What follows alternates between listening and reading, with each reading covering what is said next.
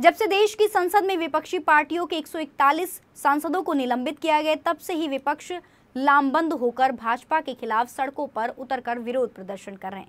कांग्रेस और अन्य विपक्षी दलों द्वारा किए जा रहे आंदोलन के बाद अब संसद की लड़ाई सड़क पर आ गई है। मुंबई समेत समूचे देश में बीजेपी के खिलाफ विरोध प्रदर्शन किया जा रहा है। इसी कड़ी में पुणे से सटे पिंपरी चिंचवड शहर में राष्ट्रवादी कांग्रेस पार्टी के शरद पवार गुट ने सांसदों के निलंबन के विरोध में आंदोलन किया। पिंपरी के डॉक्टर बाबा साहेब अम्बेडकर चौक पर सैकड़ों की संख्या में एनसीपी कार्यकर्ता एकत्रित हुए और बीजेपी के खिलाफ जमकर नारेबाजी की।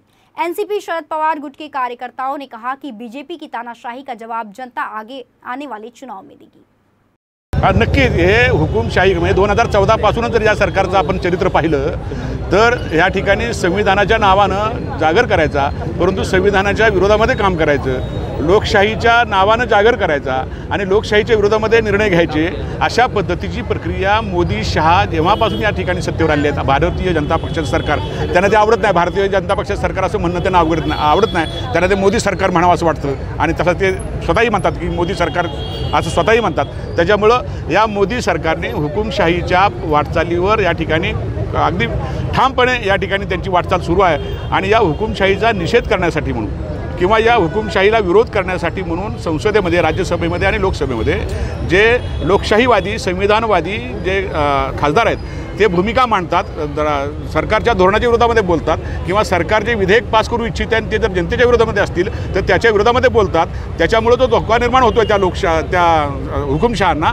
त्यामुळे त्यांनी निर्णय घेतला आणि होलसेलमध्ये 146 खासदारांचं निलंबन अगदी काल त्यांनी अधिवेशन संपवलं होतं, तर त्या संपवण्याच्या तासामध्ये सुद्धा 3 खासदारांचं निलंबन त्यांनी केलं असेल तर आपण समजू शकतो की नरेंद्र मोदी आणि शहांना या ठिकाणी कशा पद्धतीचं सरकार आणायचं आहे, या ठिकाणच्या संविधानाला कशा पद्धतीनं या ठिकाणी पायदळी तुडवायचा आहे, हा संकेत आपल्याला दिसतोय। इंडिया आघाडीचे जे गड्डक खासदार आहेत त्यांचं निलंबन इथं केलं गेलं आहे आणि ते निलंबन करण्यामागचं कारण आपल्याला माहीत असेल।